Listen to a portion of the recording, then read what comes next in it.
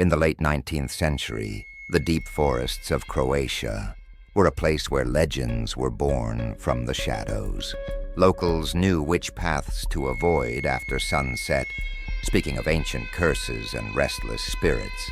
But for Božo Nikolić, a weary traveler desperate for rest, these were just old wives' tales. He decided to take a forbidden shortcut, a decision that led him to an abandoned church in the middle of nowhere.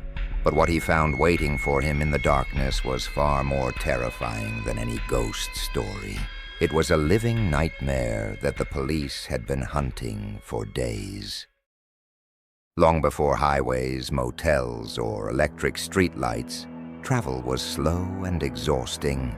People crossed regions on horseback or by wagon, often spending days on the road with no guarantee of shelter.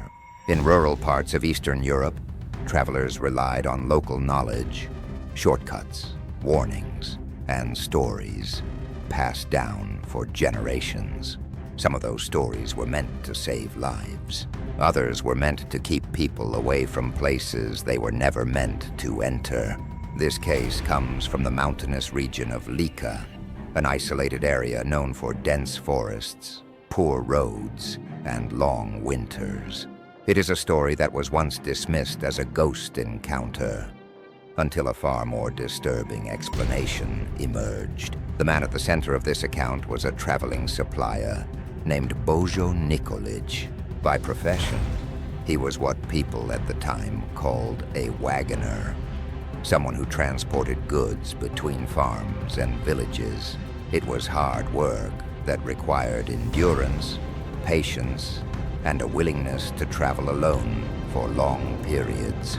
On this particular journey, Božo was transporting supplies to a farming settlement near Lička Rječica, a remote village surrounded by forest. The trip was expected to take 2 full days. By the time night began to fall, the temperature dropped sharply.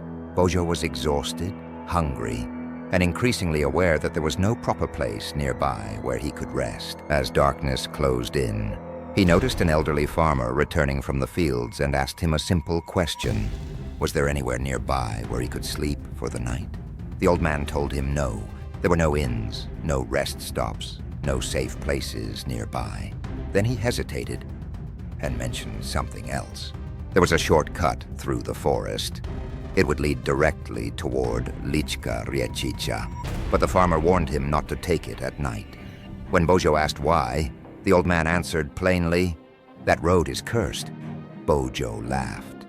He had traveled through Lička before. He had heard stories like this many times, and none of them had ever proven true. He was too tired to take the long route and too confident to believe in ghosts. Against the farmer's advice, Božo took the shortcut. Hours passed. The shortcut turned out not to be short at all. The forest thickened, and the darkness felt heavier than usual. Eventually, Božo noticed something pale on his left, a small white chapel standing alone among the trees. He stepped inside. It was dry and quiet. Relieved, he lay down on a bench and fell asleep almost immediately. An hour later, he woke up to a sound coming from the altar. Low, wet, a painful moan. His hands shook as he struck a match.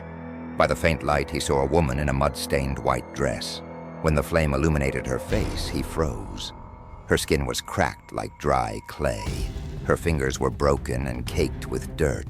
She reached for his face. Božo forced the door open and ran into the night. He sprinted toward his wagon, hearing footsteps behind him. Uneven, dragging but fast enough to follow. He climbed onto the driver's seat and whipped the horses into motion. Just as the wagon lurched forward, hands grabbed at his coat, pulling him backward. He screamed and lashed out, and whatever had hold of him lost its grip. The wagon disappeared down the forest road. By dawn, Božo reached Lička Rječica. At the time, Božo believed he had survived a supernatural encounter. Everything about the experience felt unreal. The isolation, the chapel, the woman's appearance, the way she moved.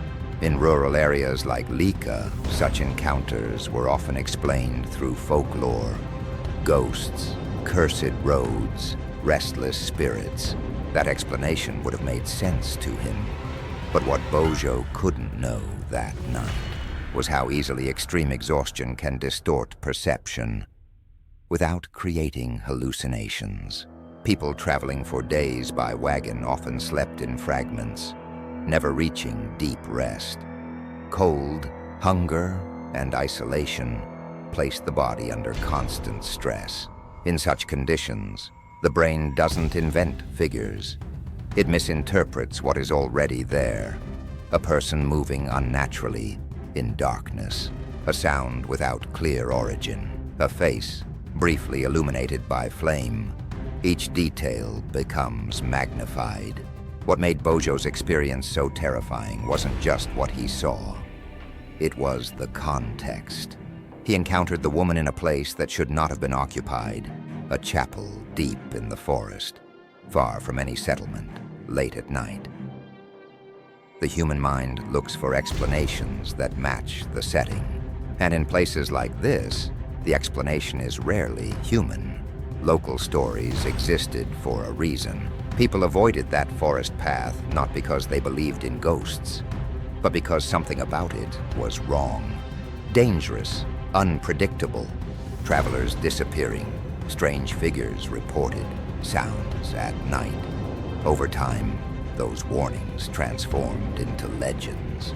Božo didn't know that by ignoring the farmer's warning, he had placed himself directly inside one of those stories. At that moment, the woman in the chapel wasn't just a threat. She was a symbol of everything travelers feared: the unknown, the isolated, and the things that happen far from witnesses. Only later would Božo realize that the horror of that night didn't come from the supernatural. It came from the fact that what chased him was real.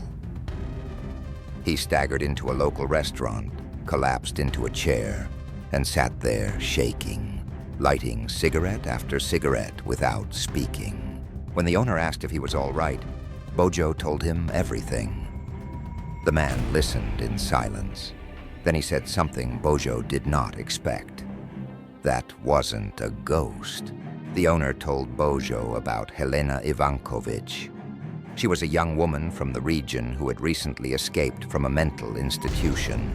According to local knowledge, Helena had given birth alone outside the village. Unmarried and terrified of public shame, she killed the newborn and buried the body somewhere deep in the forest. Afterward, guilt destroyed her mind. She was committed to an asylum where she reportedly cried day and night, repeating the same words over and over: that her child was cold and alone somewhere in the woods. The tragedy was that even she no longer remembered where she had buried it. One night, when a doctor went to give her medication, Helena was gone. Police had been searching for her for days. When Božo told them where he had seen her, in the forest chapel, officers went there immediately. They found no woman, no body, only muddy footprints on the chapel floor. Božo left the village soon after. He never learned what happened to Helena Ivanković. Božo spent the rest of his life refusing to take shortcuts. He warned others to listen to local stories, no matter how absurd they sounded, because, as he put it, there is always a fragment of truth hidden inside them.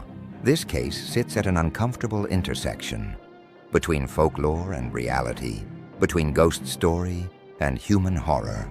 What Božo encountered may not have been a spirit, but it was something far worse.